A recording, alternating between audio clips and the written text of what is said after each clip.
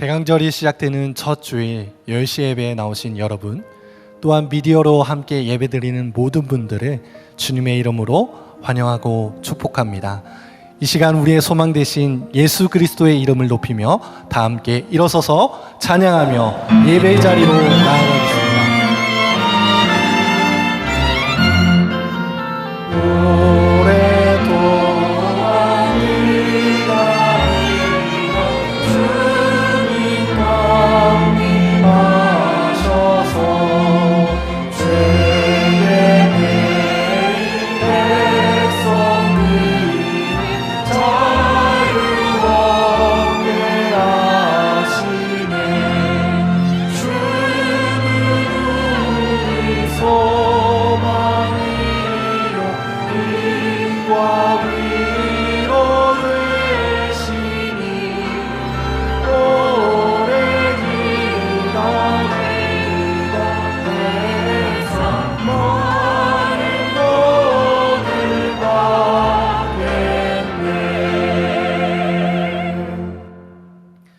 세상을 창조하시고 우리 가운데 역사하여 주시는 하나님, 이 시간 온전히 하나님의 이름을 높이어 영광과 진리로 예배하며 나아갑니다.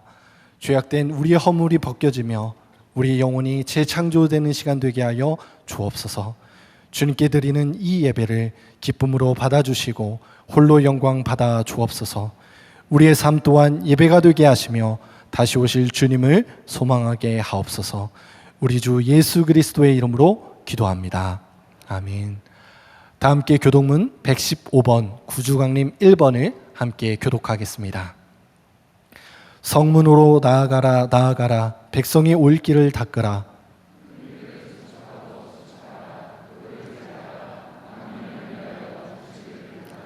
여호와께서 땅끝까지 선포하시되 너희는 딸 시온에게 이르라. 보라, 내 구원이 이르렀느니라.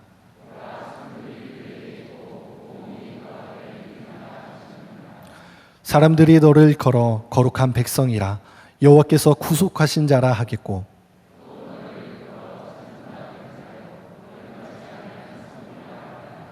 선지자 이사야의 책에 쓴 바 광야에서 외치는 자의 소리가 있어 이르되, 모든 골짜기가 메워지고 모든 산과 작은 산이 낮아지고 모든 육체가 하나님의 구원하심을 보리라 함과 같으리라. 아멘. 다 함께 앉으셔서 슬픔 많은 이 세상에 구원의 빛으로 오신 예수 그리스도를 기대하며 그 맑고 환한 밤중에 함께 찬양하겠습니다.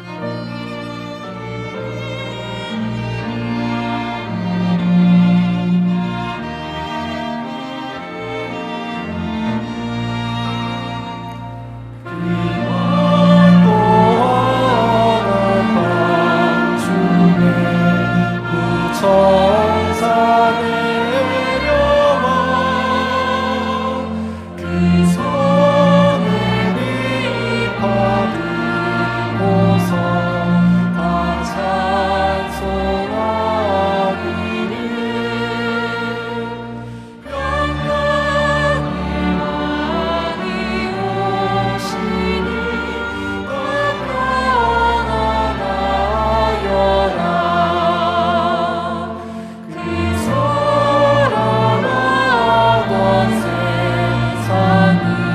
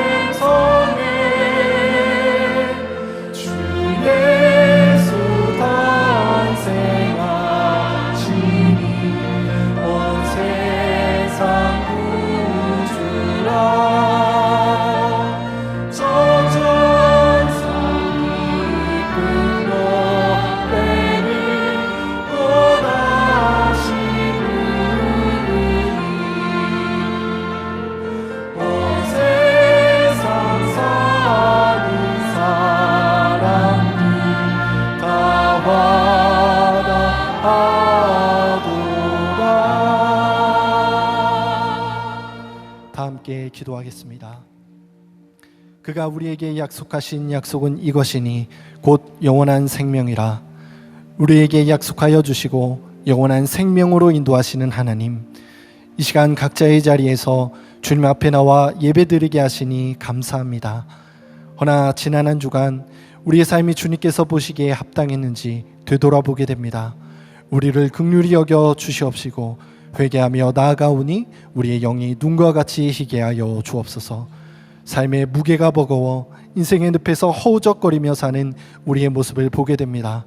우리를 건져내 주시고 눈물을 닦아 주시며 상처를 싸매어 주시옵소서.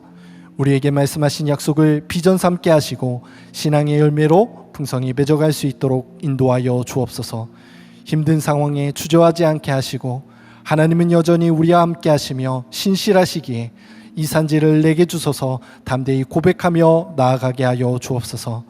이 시간 담임 목사님을 통하여 선포되어지는 말씀이 우리의 마음에 깊이 새겨지게 하시고 삶의 자리마다 참된 하나님의 백성으로 살아갈 수 있도록 인도하여 주옵소서.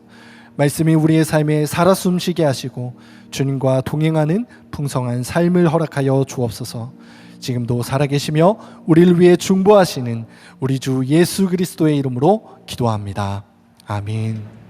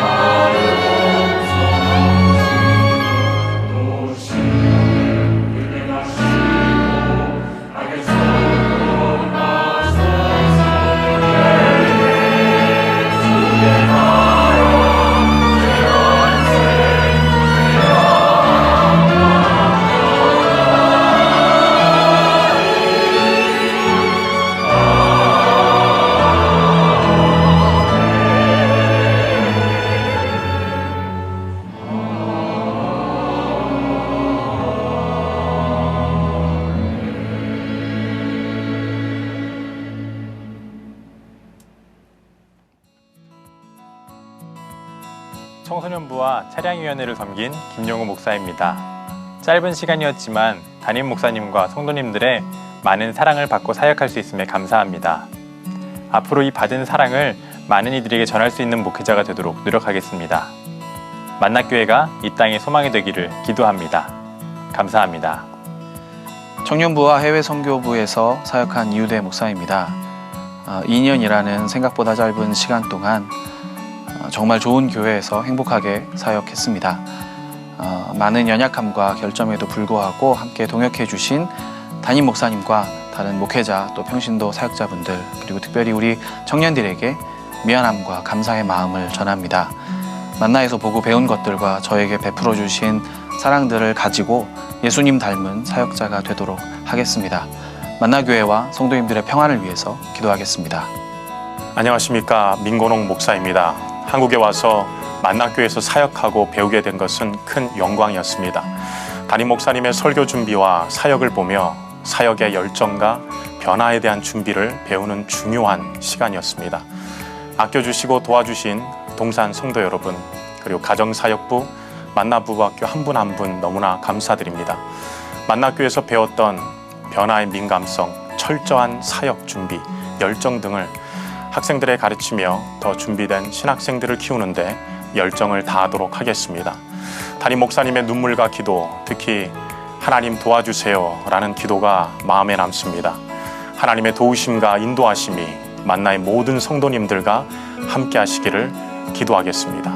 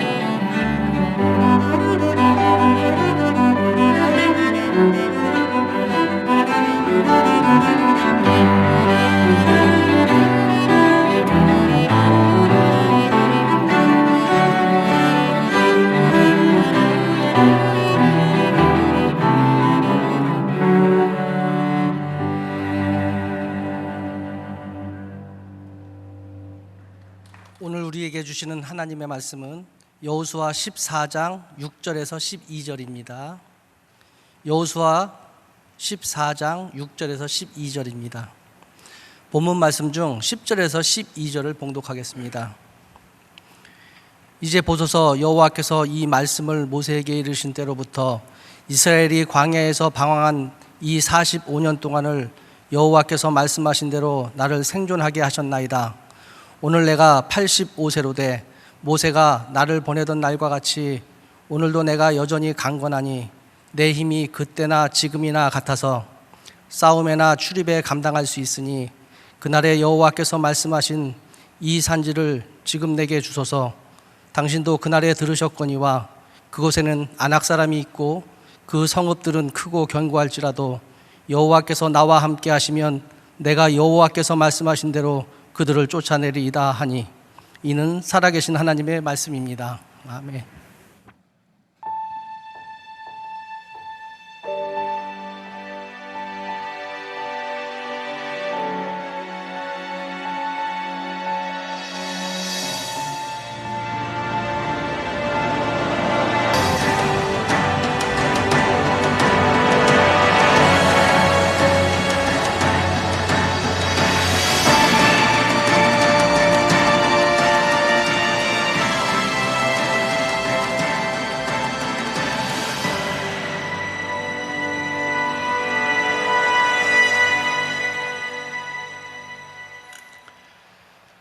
오늘 주일 10시 예배 함께 하시는 여러분들 한 사람 한 사람을 주님의 이름으로 사랑하고 축복합니다.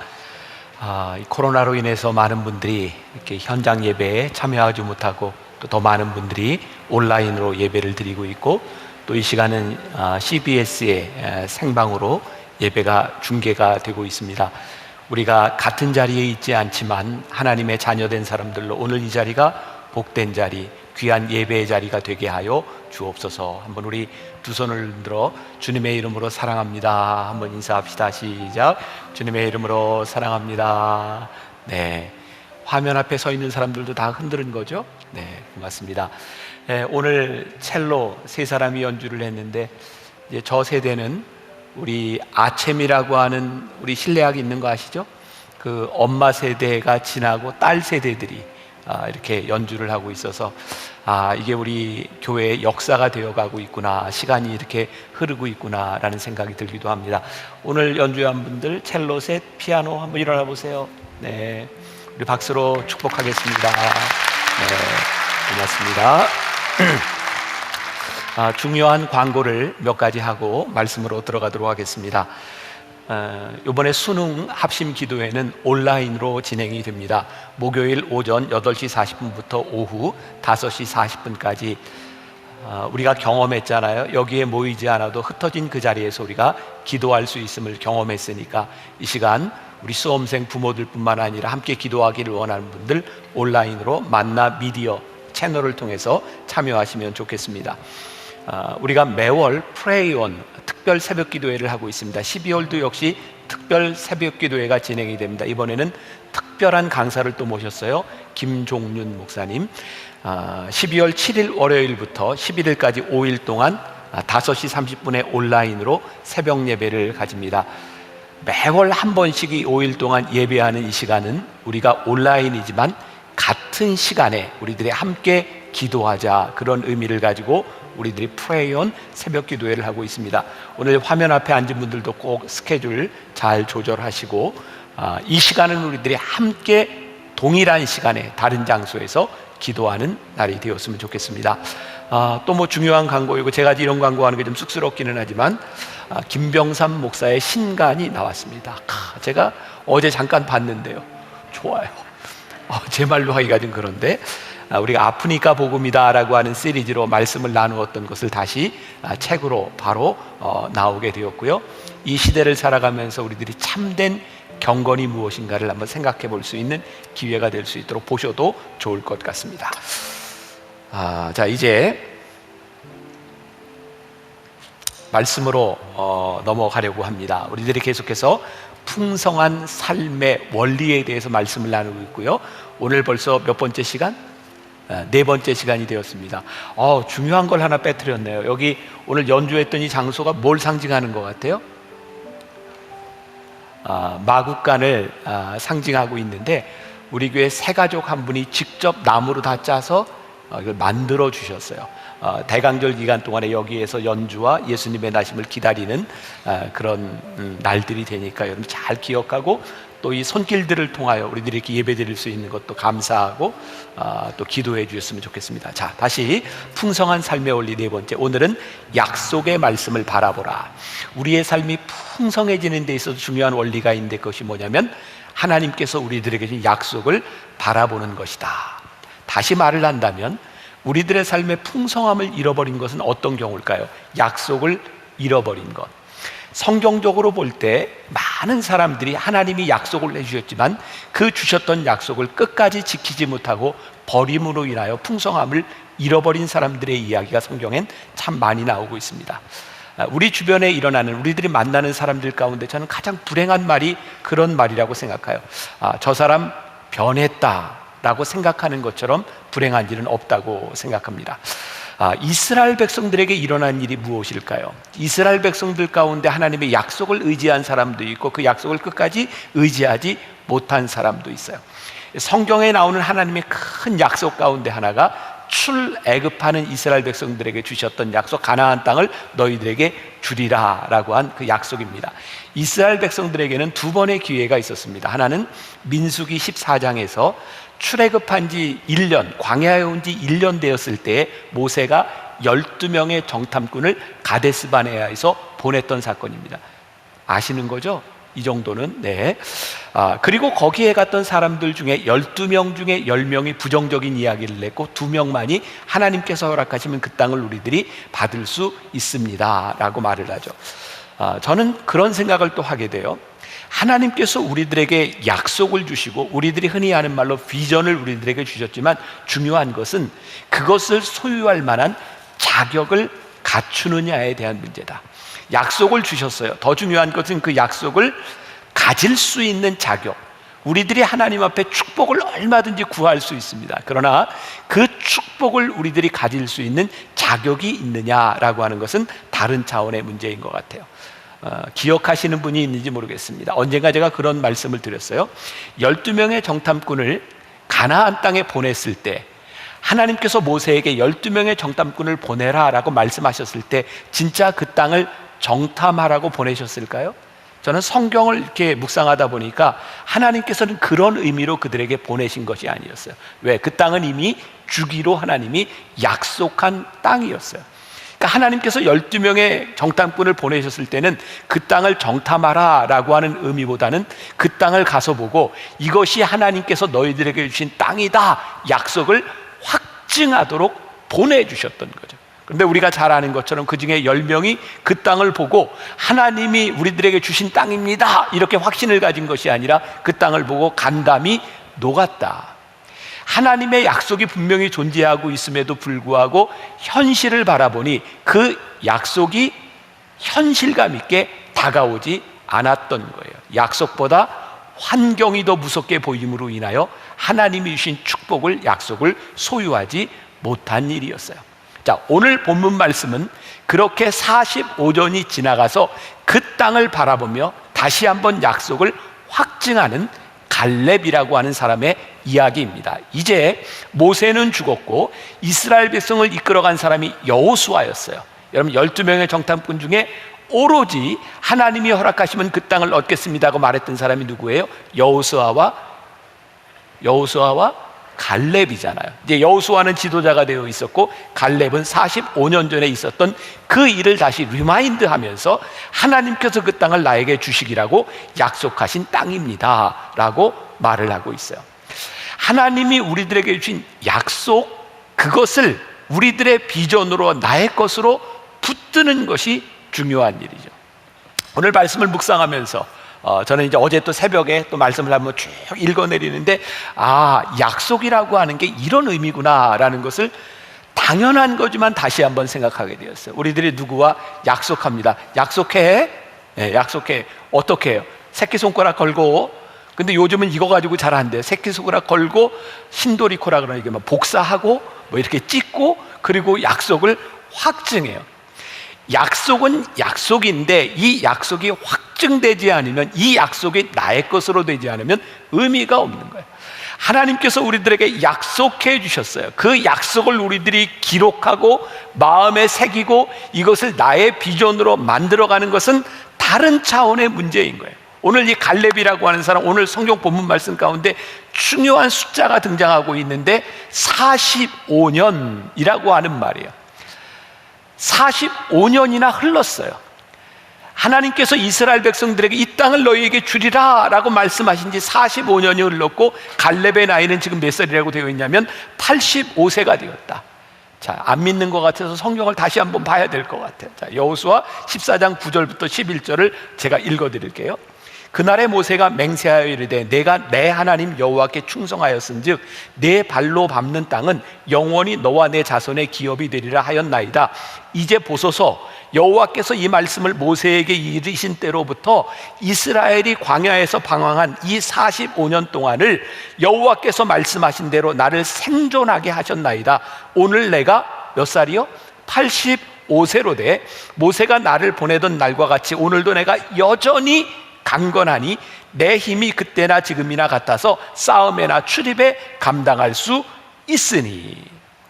오늘 이 갈렙이 위대한 것은 45년이 지나는 동안 그것을 내가 가슴속에 품고 있었습니다. 그 약속을 기억하고 있었습니다. 그런데 지금 문제가 뭐예요? 45년이 지나면서 갈렙이 85세가 되었더니 아마도 유추해 볼 수 있는 것이 주변에 있는 사람들이, 젊은이들이 갈렙을 향하여 당신은 이제 나이가 많이 들었습니다, 이제 늙었습니다 라고 이야기하는 것 같아요. 갈렙은 여기에 대해서 분연히 말을 합니다. 아니요, 나는 나이가 들었을지 모르지만 하나님께서 주신 내 약속을 내가 가슴속에 안고 있습니다. 제가 오늘 이렇게 앉아서 예배 설교하기를 기다리는데 오늘 나희태 장로님이 성경 봉독을 했거든요. 나희태 장로님이 저하고 나이가 같아요. 맞죠? 근데 오늘 보니까 늙었어. 막 흰머리도 나고. 나도 저렇게 늙었나? 제가 조금 더 늙었나요? 네. 보기에 이게 세월이 지나가는구나. 이제 이 나이가 되니까 제일 듣기 좋은 얘기가 뭐냐면 젊어 보입니다, 이런 이야기가 참 듣기 좋아요. 그렇지만 우리가 아무리 젊어 보인다 그래도 젊어지지는 않는 것 같아요. 근데 젊다는 게 참 듣기 좋은 얘기처럼 들리기 시작할 때 언제예요? 내가 늙었구나. 제가 요즘 참 행복한 건 지난번에 제 아내와 함께 정기 검진을 받았는데요, 검진 결과를 보고 너무 기분이 좋은 거예요. 제가 젊은 여자하고 살고 있는 거예요. 신체 나이를 보니까 제 아내가 저보다 10살이 젊어요. 내가 젊은 여자하고 살고 있구나. 나이는 같은데. 아무튼 이 젊다고 하는 것이 우리들에게 이게 좋다고 느끼는 건 나이가 들었다는 증거이고, 나이가 들면 들수록 내가 늙었다라고 하는 말이 참 듣기 싫은 거죠. 갈렙의 주위에 갈렙을 바라보며 당신은 이미 나이가 많이 들었습니다 라고 이야기하는데, 갈렙은 아니, 나는 그때나 지금이나 그 전성기를 지나던 때나 지금이나 나는 여전해 라고 말을 하고 있어요. 저는 여기에서 생각해 보았습니다. 만일 젊은이들이 나이가 든 사람이 나 아직 젊어 라고 이야기할 때 그것을 어떻게 받아들일까? 진짜 젊다고 느낄까? 아니면 발악을 하고 있다고 느낄까? 저는 굉장히 중요한 기준이 있다고 생각해요. 지난주에도 그런 말씀을 드렸어요. 우리들이 지금 나누고 있는 풍성함에 대한 것은 나이에 대한, 신체 나이에 대한 부분이 아니라, 우리가 나이가 들었다는 증거는 하나님께서 우리들에게 젊은 시절 생생하게 주셨던 하나님의 비전과 꿈을 잃어버리고 꿈이 변질되면 우리는 늙은 것이고, 그 꿈을 아직도 내 가슴에 생생하게 지니고 있다면 우리는 신체 나이가 늙었을지 모르지만 그 꿈을 붙들고 있는 한 우리들은 그렇게 늙은 사람이 아니다. 갈렙의 위대함은 45년이 지났지만 하나님께서 그에게 주셨던 생생한 비전을 그의 가슴에 품고 있었다는 거예요. 많은 사람들이 신앙생활을 하면서 목회자에게 실망하는 게 뭐예요? 그 목사님 젊었을 때는 그런 꿈을 가지고 그런 비전을 가지고 멋지게 선포하더니 그분의 꿈이 변했어. 꿈이 변했다? 늙었다는 이야기. 오늘 여기 예배하는 하나님의 말씀을 듣는 여러분들 가운데 하나님께서 주신 여러분들의 비전이, 여러분들의 꿈이 변질되지 않았는가, 우리들이 그것을 붙들고 있는가를 분명히 생각해 볼 필요가 있어요. 오늘 본문 말씀 우리가 읽지 않았지만 여호수아 14장 7절에 보면 이 갈렙이라고 하는 사람은 그가 보았던 것을 그가 시각적인 단계로 소유하고 있었던 사람인 것 같아요. 제가 조금 이따 다시 이야기하겠지만 여호수아 14장 7절에 보면 내가 성실한 마음으로 그에게 보고했다. 그는 누구예요? 지금 모세에게 이야기했던 거예요. 자, 오늘 이 이야기는 조금 전에도 이야기했던 민수기 14장 그리고 민수기 13장 두 장에 걸쳐서 자세하게 나와 있어요. 그러니 여러분들이 이 말씀을 듣다가 조금 더 알고 싶다 그러면 성경을 읽어야 될까요? 안 읽어도 될까요? 읽으시는 게 좋아요. 어디를? 민수기 13장 14장을 읽으시면 도움이 돼요. 자, 거기에 12명의 정탐꾼에 대한 이야기가 나오고 있어요. 10명의 정탐꾼이 갔다 와서 이렇게 이야기합니다. 민수기 13장 31절에 우리는 능히 올라가서 그 백성을 치지 못하리라. 그들은 우리보다 강하니라. 10명이 이렇게 이야기했고 30절에 가서 보면 여호수아와 갈렙은 이렇게 이야기합니다. 우리가 곧 올라가서 그 땅을 취하자. 능히 이기리라. 정말 흥미로운 일이지 않아요? 근데 이 흥미로운 일이 우리들의 삶에도 그대로 일어나고 있다는 거예요. 하나님께서 똑같이 12명을 불러 똑같은 땅을 보게 하셨는데 10명이 보고하는 것과 2명이 보고하는 것이 다르다는 거예요. 비전이라고 하는 것은 단순히 보는 것이 아니구나. 비전이라고 하는 것은 단순히 보는 것에 대한 문제가 아니라 내가 보는 것에 대한 기회를 포착하는 능력이구나. 자, 여러분, 이 말씀이 여러분들에게 좀 도전이 되고 여러분들의 삶을 풍성하게 해 주었으면 좋겠어요. 풍성한 삶을 살아가기 위해서는 똑같은 것을 보되 보는 눈이 달라야 되고 보는 눈이 달라야 우리들의 인생을 바꿀 수 있는 능력이 나올 수 있다는 것을 우리들이 기억해야 돼요. 아주 오래된 이야기, 이제 여러분들에게는 잊혀지는 사람일 수도 있지만 기억하는 분이 많이 있을 겁니다. 제가 만나교회 98년부터 이렇게 사역을 하면서 그 기획 목사로 일을 할 때 제가 함께 일을 하던 지금 정삼희 목사님, 또 여러분들 기억하는 장승건 목사님, 그 두 사람은 그 당시에 기획 전도사와 그냥 평신도 간사로 있었어요. 그때는 만나교회가 좀 새롭게 변화되기 위해서 몸부림치던 시대였고 참 많은 날 밤을 새고 이렇게 교회 일을 기획하면서 일을 하던 때였어요. 제가 참 좋아하는 게 그 당시에 감자탕이었거든요. 근데 놀랍게도 어제 예배를 마치고 났는데 이 말씀을 듣고 한 것이 아니라 어떤 교인이 감자탕을 싸오셨어요. 그래서 끝나고 목사님 설교를 들었는데 이거를 드릴 수 있게 돼서 너무 감사합니다. 더 사오시면 저 못 먹어요. 아무도 사오시면 안 돼요. 자, 감자탕을 굉장히 좋아했는데 저는 감자탕을 먹을 때 이렇게 도가니에 든 탕이 아니라 감자탕 이렇게 전골을 즐겨 먹었던 것 같아요. 그러니까 새벽 2시, 3시 이렇게 나가서 감자탕을 이렇게 먹으면 그 감자 그 뼈들이 막 이렇게 끓고 있잖아요. 그때 정삼희 목사님, 그때 전도사 때였는데 늘 그런 얘기를 했어요. 목사님, 이 뼈가 몇 번 뼈인지 아십니까? 그 정삼희 그 목사님이 수의학과 출신이거든요. 그 사람은 이렇게 전골에서 끓고 있는 뼈를 보면 이게 돼지 몇 번 뼈인지가 생각이 나나 봐요. 저는 끓고 있는 뼈를 볼 때마다 어느 뼈에 살이 많이 붙었나, 그게 제 관심인데 어쩌면 똑같은 뼈다귀를 보면서 이게 몇 번 뼈인지를 생각하는 사람이 있고 어디에 살이 많이 붙었나를 생각하는 사람이 있어요. 제가 그때 굉장히 중요한 교훈을 얻었습니다. 우리가 어떤 사물을 볼 때 내 머릿속에 어떤 지식이 있고 내 가슴 속에 무엇이 있느냐를 따라 똑같은 사물을 바라보며 다르게 이야기한다는 사실이에요. 수의학을 공부한 사람에게 보이는 뼈와 그냥 먹을 것을 먹기 위해서 간 사람이 보는 뼈는 보는 것이 다르다는 거죠. 자, 비전에 대한 이야기를 합니다. 지금 여러분들이 보고 있고 여러분들의 마음속에 있는 것을 고백한다고 할 때 그것은 모든 사람이 동일할 수 있는 것이 아니라 여러분들 안에 어떤 마음을 품고 있고 여러분들의 가슴이 무엇으로 뛰고 있느냐에 따라 지금 여러분들이 보는 것이 다르다는 거예요.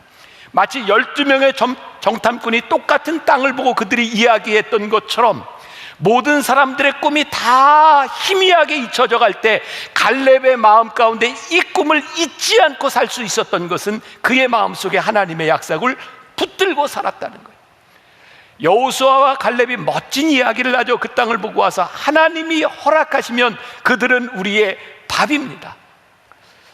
저도 목회를 한 지 이제 32년이 지난 동안 제가 지금까지 붙들어 왔고 끊임없이 붙들고 싶은 저의 삶의 제 속에 뜨거운 마음과 비전이 있는 거예요. 그게 뭔지 아세요? 하나님이 허락하시면 됩니다. 하나님이 허락하시면 할 수 있는 일입니다. 이것이 우리의 인생에서 끝나버린다면, 하나님의 약속이 우리들 안에서 끝나버린다면 우리들이 어떻게 믿음을 가지고 살아가는데 풍성함을 우리들이 소유하며 살아갈 수 있겠습니까? 다시 말씀드립니다. 우리들의 삶에 수없이 많은 문제들이 펼쳐지고 우리들 주변에 수없이 많은 환경의 변화들이 오고 있지만, 실상은 인생의 문제 그 자체가 아니라 그 인생의 문제를 우리들이 어떻게 보느냐, 그것이 우리들의 삶을 빈곤하게 만들 수도 있고 풍성하게 만들 수도 있다는 사실이에요. 저는 오늘 여러분들과 함께 우리의 인생을 풍성하게 만드는 비전에 대한 이야기를 나누고 있어요. 풍성한 삶으로 인도하는 성실한 비전. 여기에서 여러분들이 성실한 비전이라고 하는 말에 주목했으면 좋겠습니다. 가만히 말씀을 묵상해 보세요. 많은 사람들은 구하지 않습니다. 참 놀랍죠? 구하지 않는다고 하는 게. 또 우리들이 구하지만 그것을 잘못 구하기 때문에 얻지 못하는 것이 또 많이 있어요. 그러니 우리들이 이것이 우리들의 욕망인지 이것이 하나님이 우리들에게 주시는 비전인지를 구별할 수 있어야 돼. 그런데 오늘 이 갈렙은 우리들에게 그 구하는 비전의 참다운 비전의 성실함이 무엇인지를 우리들에게 이야기해 주고 있어요. 자, 조금 전에 읽었던 여호수아 14장 7절 말씀, 굉장히 중요한 말씀입니다. 같이 한번 봉독해 보겠습니다. 시작. 내 나이 40세에 여호와의 종 모세가 가데스 바네아에서 나를 보내어 이 땅을 정탐하게 하였으므로 내가 성실한 마음으로 그에게 보고하였고. 자, 가능하다면 여러분들 성경책에 여기에 밑줄을 좀 굵게 쳐보세요.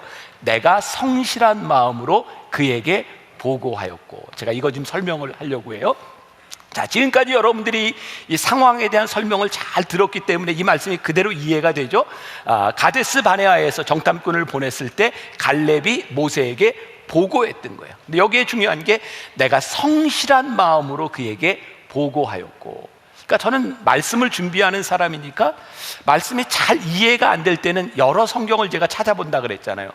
성실한 마음이 뭘까? 이런 궁금증이 생겼어요. 성실한 마음이 뭘까? 그리고 제가 여러 성경을 보는 중에 제가 늘 보는 NIV 영어 성경을 보았더니 이 부분이 이렇게 표현이 되어 있어요. According to my conviction. 뭐예요? 내 확신을 따라. 이것을 성경이 뭐라고 번역했어요? 성실한 마음으로. 아, 그렇구나. 성실하다고 하는 것은 내 마음속에 확신을 이야기하는 것이 성실한 거구나. 그럼 성실하지 못한 경우는 어떤 경우예요? 내 마음속에 확신을 그대로 이야기하지 못하는 거죠. 소신을 꺾는 거죠. 여러분들 언제 여러분들의 소신이 꺾어지나요? 환경이 무서울 때. 내 확신을 확신대로 이야기할 수 없을 때 우리의 소신을 꺾습니다. 대부분 우리들의 확신을 확신으로 이야기할 수 없어서 소신을 꺾는 때는 언제냐면 하나님의 약속보다 바로 내 눈앞에 보이는 생존의 문제가 걸려 있을 때 우리들은 소신을 꺾습니다. 성경을 그대로 해석해 보자면 우리들이 소신을 꺾을 때 그것은 우리들이 성실하지 못한 경우이다. 오늘 갈렙의 위대함은 그의 마음속에 주시는 확신을 따라 이야기했다. 이것을 뭐라고 얘기해요? 성실한 대로 보고했다. 여기에서 보고라고 하는 말도 제가 NIV 성경을 읽다 보니까 보고라는 말이 영어로 리포트라고 되어 있다. 리포트. 리포트한다. 학생들이 리포트 숙제를 내는 것도 있어요. 여러분들 그 리포트 숙제를 낼 때는 나만 보고 아무도 못 알아보게 써야 하나요? 아니면 그것을 읽는 교수님이 정확하게 읽고 평가할 수 있도록 써야 되나요? 읽도록 하는 거죠. 또 우리들은 리포터라는 말이 있습니다. 뉴스에서 어떤 사람이 이렇게 기사를 이야기하는 걸 리포트한다고 이야기하잖아요. 그게 어떤 얘기예요? 모든 사람이 들을 수 있도록. 생각해 보세요. 갈렙이 그의 마음속에 있는 확신이 들었을 때 모세에게 가서 모세, 하나님이 나에게 확신 주셨어, 이렇게 얘기했다고요? 아니요. 사람이 다 들을 수 있도록 하나님이 허락하시면 그것은 그들은 우리들의 밥이요 우리가 그 땅을 차지할 수 있습니다. 그의 확신을 따라 리포트했다. 갈렙의 삶을 성실하게 풍성하게 만들어줬던 이유 가운데 하나가 뭐냐면 그가 본 것을 그대로 확신을 따라 리포트했다는 거예요. 김영석 교수 이미 101살이 되셨어요. 왜 우리에게 기독교가 필요한가라는 책에 보면 친한 친구였던 이제 돌아가신 안병욱 교수에 대한 이야기가 나오는데요. 이 김영석 교수가 생각할 때 안병욱 교수는 진짜 성실한 분이었대요. 이렇게 글을 쓰고 있습니다. 성실한 사람은 마귀도 유혹하지 못한다. 성실이 깨져서 유혹할 틈이 생겨나는 것이다. 또 성실한 사람은 마귀가 유혹하지 못할 뿐만 아니라 하나님도 버리시지 못한다. 하나님이 성실한 사람을 버리신다면 남을 사람이 어디 있겠는가? 제가 굉장히 인상적으로 이 구절을 보았어요. 성실이 깨어질 때 마귀가 우리를 유혹하는 틈이 생기고 성실한 사람은 하나님이 버리실 수 없다는 거예요. 확신을 가지고 이야기하는 사람을 어떻게 하나님이 버리실 수 있겠습니까? 제 마음속에 끊이지 않는, 아마 제가 이 강단을 내려올 때까지 만나교회 담임 목사로서 제가 목회하는 한 제가 끊임없이 붙들어야 되는 것이 있다고 생각해요. 제 기도가 있다고 생각해요. 그게 뭐냐면 하나님이 주신 비전을 놓지 않게 해주세요. 이게 리더로서 가져야 될 가장 중요한 덕목이라고 생각해요. 그래서 저는 이 비전이라는 말을 참 좋아했어요. 여러분, 우리 2000년대 넘어올 때 새로운 밀레니엄을 맞이할 때 제일 많이 썼던 말이 비전이라는 말이잖아요. 근데 그렇게 많이 썼던 그 비전이라고 하는 말이 어떤 사람에게는 풍성함으로 다가오기도 하고 어떤 사람에게는 그냥 의미 없는 단어로 끝나버리기도 했어요.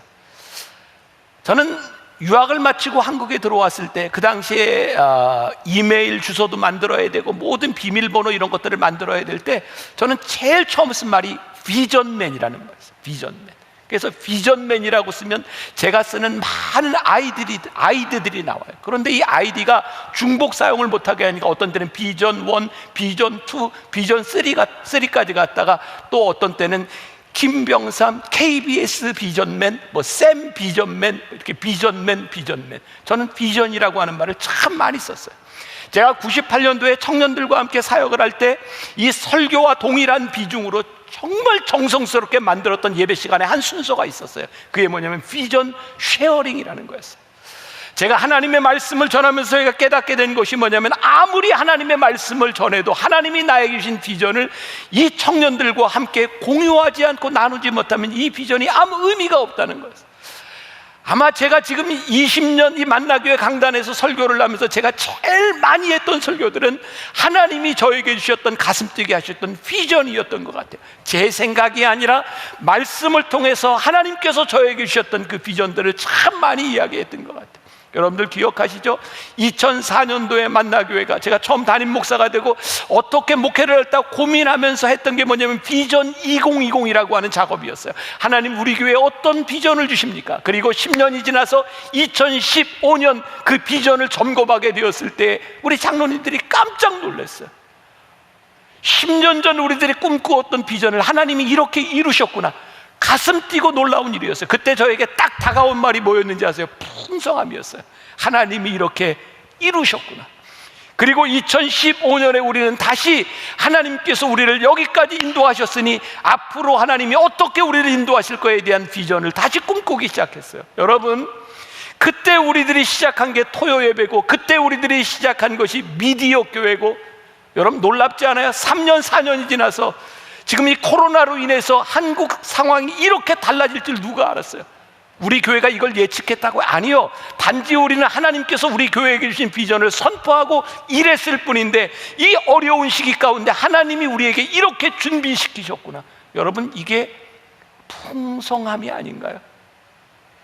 어려움 가운데서 이 어려운 시국에서 하나님께서 우리들에게 이렇게 열매를 맺게 하셨다고 하는 풍성함, 이것은 비전을 놓지 않는 자들의 특권이라는 것을 기억하십시오.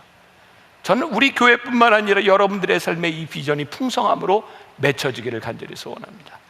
이제 가장 중요한 마지막 원리가 될 것 같아요. 이 풍성함의 원리, 비전을 품고 나누는 일에는 틀림없이 수고가 따른다. 저기 수고가 따른다고 하는 말에 여러분들이 주목했으면 좋겠습니다. 언젠가 리더십 책을 읽다 보니까 이런 구절이 있어요. 오늘날 문제는 지도자가 꿈을 가지지 못하는 것이 아니라 꿈을 가지고 있어도 나누지 못하는 지도자가 되기 때문입니다. 제가 늘 이야기하죠. 여기서 지도자라고 하는 것은 많은 사람들을 이끌고 있는 사람이 아니라 누군가에게 영향을 주고 있는 우리의 삶을 이야기합니다. 여러분들 한 사람 한 사람이 다 지도자예요. 문제는 뭐예요? 내가 꿈을 가지지 못한 것이 아니라 이 꿈을 누군가에게 나누지 못하는 것이 문제다. 그런데 이 꿈을 나누는 데는 수고가 있다. 때로는 희생이 있다. 때로는 어려움이 있다는 것을 기억하세요. 자, 다시 한번 리마인드 합니다. 우리들이 지금 나누고 있는 이 10주 동안의 이 시리즈 말씀은 제가 20년 전 우리 만나교회 청년들과 함께 나누었던 가슴 뛰는 이야기, 그때 청년들에게 이야기했던 그 뛰는 가슴을 다시 한번 우리 성도들과 함께 회복하고 싶어서, 제 마음에 회복하고 싶어서 여러분들과 나누는 말씀이에요. 제가 청년부 사역을 할 때였습니다. 제가 정말 뜨거운 가슴으로 청년 사역을 할 때 청년들이 부흥하기 시작했어요. 청년 예배에 청년들이 많이 모이다 보니 일반 교인들도 그 뜨거운 예배를 경험하기 위해서 나오는 사람들이 있었어요. 그 당시에 청년 예배는 지금 만나교회 7층의 사무실에 있는 그 공간에서 예배를 드릴 때 그렇게 큰 공간이 아니었어요. 하루는 예배를 마치고 났는데 타교인이 예배를 드리고 저에게 이렇게 얘기를 했습니다. 목사님, 제가 꿈을 꿨는데요, 만나교회 청년들이 만나교회 이 시온성전 본당에서 가득 모여서 기도하고 찬양하는 꿈을 꿨습니다. 저에게 꿈으로 들렸습니다. 저 7층에서 예배드리는 청년들, 그 당시 200여 명 모이는 청년들이 여기에 꽉 차서 예배를 드리다니요. 제가 이렇게 얘기했습니다. 좋은 꿈 꿔주셔서 감사합니다. 좋은 꿈 꿔주면 감사하지 않나요? 이걸 내가 또 이렇게 알 수가 있어야지. 네, 이렇게 네, 감사해요. 그냥 그리고 지나갔어요. 좋은 꿈이라고. 그런데 얼마를 지나서 그 당시에 우리 교회 교인이 아니었어요. 어떤 전도사님이었어요. 저에게 가서 이렇게 이야기를 하는 거예요. 목사님, 제가 기도하는데 하나님이 환상을 보여주셨어요. 만나교회 청년들이 이 시온성전을 가득 메우고 찬양하고 기도하는 환상을 주셨어요. 그때 제가 그 비전에 무릎을 꿇었어요. 내가 본 것이 아니었는데 누군가를 통해 보게 하셨던 그 비전에 제가 무릎을 꿇고 청년들에게 선포하기 시작했어요. 이게 얼마나 웃기는 선포입니까? 7층의 그 작은 공간에서 예배드리는 청년들에게 시온성전에서 가득 모여 예배드리는 청년들의 꿈을 꿨으니, 저에게는 여기에 몇 명의 사람들이 모이느냐 숫자에 대한 꿈이 아니었어요. 이 시대를 살아가고 있는 청년들이 예배하고 기도할 수 있는 그 성전의 중심이 되게 하여 주옵소서. 청년들에게 그거 선포했거든요.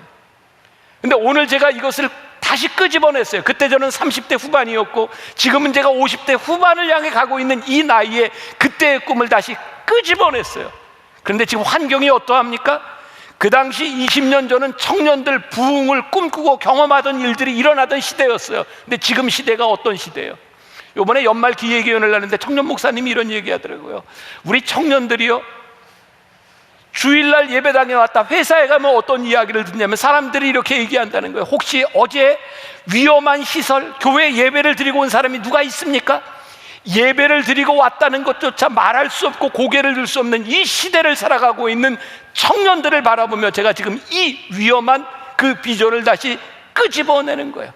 저에게 어떤 믿음이 있기 때문에 오늘 제가 비전을 나눌 수 있는 것은 상황에 대한 문제가 아니라 여전히 하나님이 신실하시기 때문에 성실한 대로 보고하겠다는, 어떤 성실? 하나님께서 저에게 주셨던 확신을 가지고 선포하겠다는 거예요.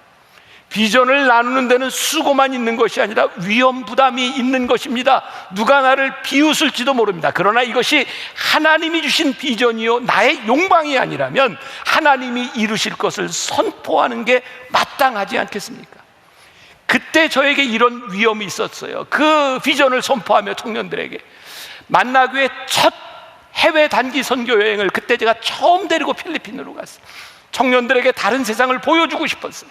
우리들이 할 일이 얼마나 많이 있는지를 보여주고 싶었어요. 그리고 돌아와서 청년들과 함께 영월이라고 하는 지역을 60명, 70명씩 데려가서 1박 2일, 2박 3일 여기 있는 우리 장로님들이 그때 함께 하던 분들이 있어요. 의료 선교도 하고 또 농활도 하고 성경학교도 하고 참 열악한 환경 가운데서 그 추운 교회 바닥에서 먹고 자고 하면서 우리 청년들에게 이렇게 우리가 이 시골, 이 군 전체를 한번 믿음으로 살려보자. 무모한 일이었어요. 그런데 정말 저를 힘들게 한 일은 그 영월이라고 하는 군 지역에서 교회에서 저에게 요청한 일이었어요. 목사님, 진짜 이곳에 도움이 되려고 하면 이렇게 주중에 이렇게 왔다 갔다 하는 것이 아니라 주일날 와서 성경학교도 해주고 교회 학교를 해줘야 교회에 도움이 될 수 있겠습니다. 그런데요, 제가 만나교회 담임 목사님의 아들로 제가 청년 사역을 하며 교회에 제가 인정받을 수 있는 게 뭐예요? 제가 인도하는 청년들이 몇 명이나 모이느냐 사람들은 눈에 보이는 것으로 판단하잖아요. 그런데 주일날 이 청년들이 제가 인도하는 예배에서 예배를 드리는 것이 아니라 저기 영월에 가서 봉사활동을 한다고 하는 것은 예배 인원이 주는 일이었어요.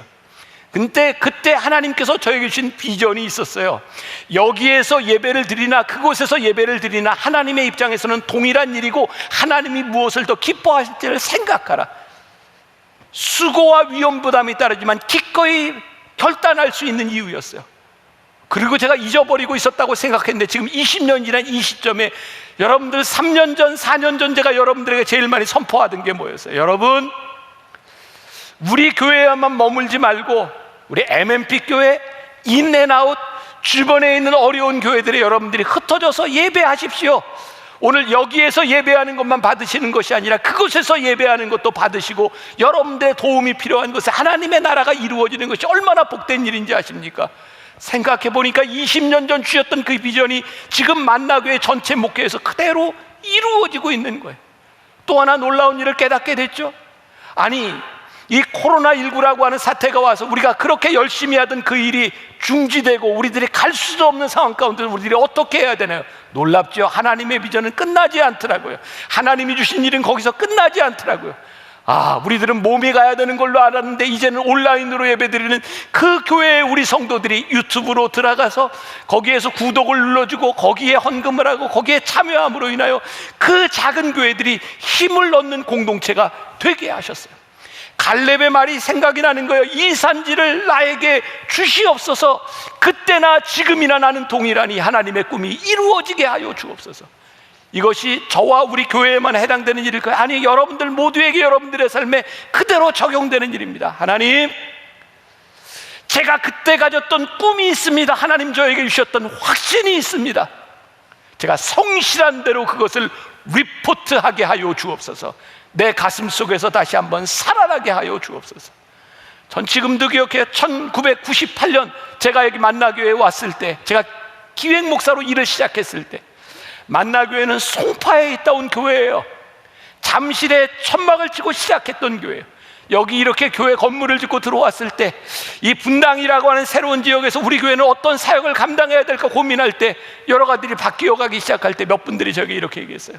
목사님, 만나교회가 송파에 있던 시절에는요, 기억하는 분들이 많을 거예요. 제가 그때 이런 이야기를 했습니다. 만나교회는 지금 분당에 있습니다. 왜 우리가 송파에 있던 시절들을 추억하며 분당에서 하나님이 우리들에게 주시는 비전을 보지 못하는 것입니까? 오늘 여러분들에게 중요한 것이 있습니다. 이전에 내가 살았던 과거에 대한 문제가 아니라 그때 주셨던 비전이 오늘 우리들에게 주신 이 상황 가운데서 어떻게 하나님이 일하기를 원하시는지. 여러분, 여호수아 4장에 보면 이스라엘 백성들이 이제 가나안 땅으로 들어가기 전에 요단강을 건너서 그들이 여리고성을 함락하기 전에 하나님께서 그들에게 주신 명령이 있어요. 너희들 할례를 받아라. 무슨 이야기예요? 너희들이 40년 광야를 지나는 동안 나의 약속을 잃어버렸구나. 너희와 나 사이의 언약을 잃어버렸구나. 지금 너희들이 전쟁을 하는 것보다 더 중요한 것이 있나니 너희들이 할례를 받고 너희들이 나의 백성인 것을 분명히 하자. 오늘 하나님께서 여러분들에게 주신 놀라운 꿈들, 그것을 이루는 데 있어서 우리들이 꿈을 이루기 위해서 무언가를 액션보다 더 중요한 것이 있는데, 너희들과 나 사이의 약속을 다시 한번 갱신하자. 다시 한번 너의 인생을 보았으면 좋겠다. 우리의 인생의 가장 불쌍한 일, 하나님이 주신 약속을 잃어버리고 사는 것 같아요. 비전을 바라보는 것 그렇게 쉽지 않습니다. 비전을 바라보기 위해서는 우리들이 영적으로 민감해야 돼. 하나님, 이 시간에 하나님께서 저에게 주시는 그 꿈, 하나님이 주시는 영적인 일에 대하여 센서티브하게 반응할 수 있을 때 우리는 성실하게 보고할 수 있는 사람이 될 수 있을 거예요. 여호수아 14장 12절 같이 봉독합니다. 자, 14장 12절 시작. 그날에 여호와께서 말씀하신 이 산지를 지금 내게 주소서. 당신도 그날에 들으셨거니와 그곳에는 아낙 사람이 있고 그 성읍들은 크고 견고할지라도 여호와께서 나와 함께 하시면 내가 여호와께서 말씀하신 대로 그들을 쫓아내리이다 하니, 그날에 말씀하신 그 말씀이 내 가슴 속에 살아야 되고, 그날에 약속하신 그 약속이 지금도 내 가슴 속에 생생하게 살아있어야 되고, 그 성읍들이 아무리 크고 견고할지라도 하나님 함께 하시면 그 약속을 이루실 수 있습니다. 성실한 대로 선포할 수 있습니다. 어제 토요 예배를 마치고 몇 분이 울면서, 저는 무슨 내용인지 몰라요, 눈물을 뚝뚝뚝뚝 흘리면서 목사님 감사합니다, 저 듣지 않아도 알 것 같아요. 하나님께서 그 마음속에 주셨던 확신들이 다시 생각난 거예요. 그 약속이 생각난 거예요.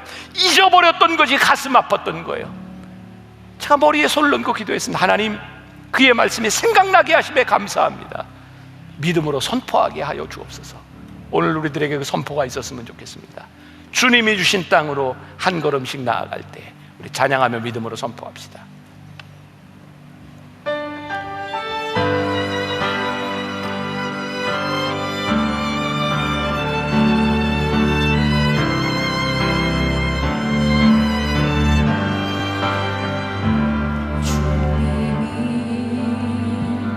주신 땅으로 한 걸음씩 나아갈 때에 수많은 적들과 견고한 성이 나를 두렵게 하지만 주님을 신뢰하고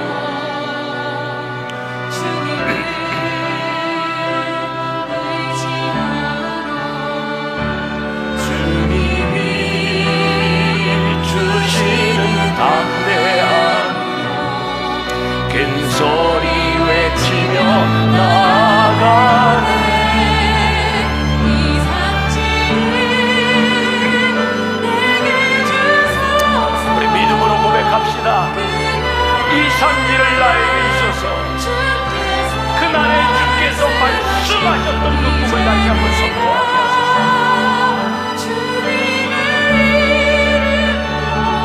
그 땅을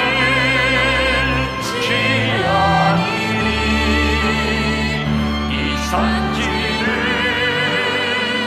내게 주소서. 그날에 주께서 말씀하신 이제 내가 주님의 이름으로 그날을 취하리. 이 산지를 내게 주소서.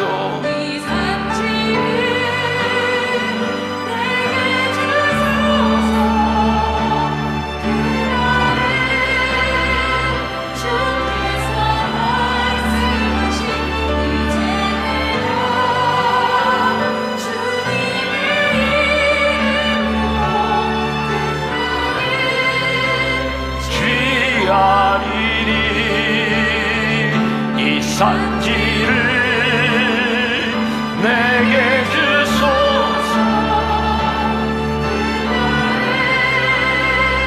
주께서 말씀하신 이제 내가 주님의 이름으로 그날을 취하리라.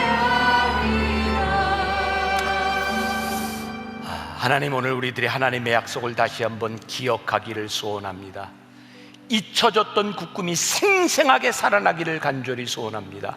성실한 대로 보고할 수 있는 용기를 허락하여 주옵소서. 지금은 우리 주 예수 그리스도의 은혜와 하나님 아버지의 무한하신 사랑과 성령의 인도하심이 하나님 주신 그 꿈을 안고 이 세상으로 당당하게 걸어나가는 당신의 사랑하는 모든 백성들 위해 지금부터 영원까지 함께 하시기를 간절히 축원하옵나이다. 아멘.